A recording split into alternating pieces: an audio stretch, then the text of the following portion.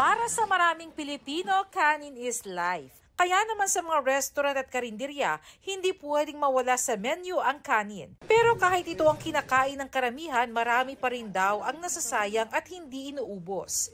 Sa kainang ito, isang plastic na puno ng kanin ang nasasayang kada araw. In everyday po na ano natin, meron po talagang kahit papano is like mga half rice or minsan 1/4. Base sa isang pag-aaral, humigit kumulang 6.5 gramo o mahigit 1 kutsara ng kanin ang nasasayang ng isang Pilipino kada araw.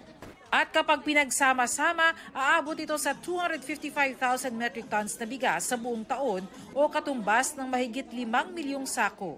Pag pinagsama-sama po natin yon sa lahat ng population during that year, kaya niya magpakain ng 2.79 million Filipinos for a year. Ako po nagagalit ako pag hindi naubos. Sabi ko, pagkakain kayo, yung kaya nyo lang ubusin. Para maiwasan ng food wastage, sinusuportahan ng Department of Agriculture ang programang magkaroon ng half-price na serving sa mga restaurants at karinderya kagaya nito.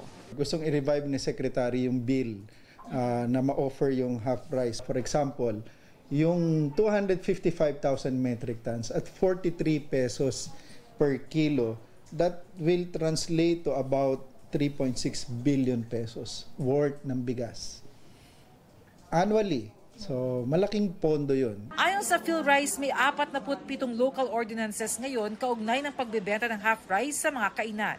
Target daw nilang maging nationwide ito. Pwedeng sa government agencies muna at kalaunan ay magkaroon ng executive order para isulong ang pagbebenta ng half-rice sa mga kainan sa buong bansa.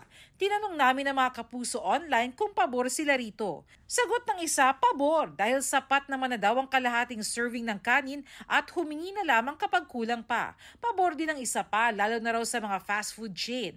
Komento naman ng isa pa, presyo ng bigas ang dapat bumaba, hindi ang serving ng kanin. At sagot pa ng isa, ang dapat iangat ay ang buhay ng mga magsasaka. Madami na rin daw ang ayaw na magtanim.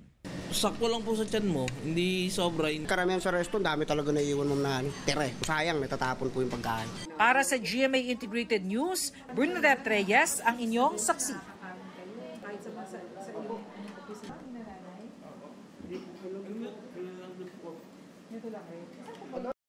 Mga kapuso, maging una sa saksi.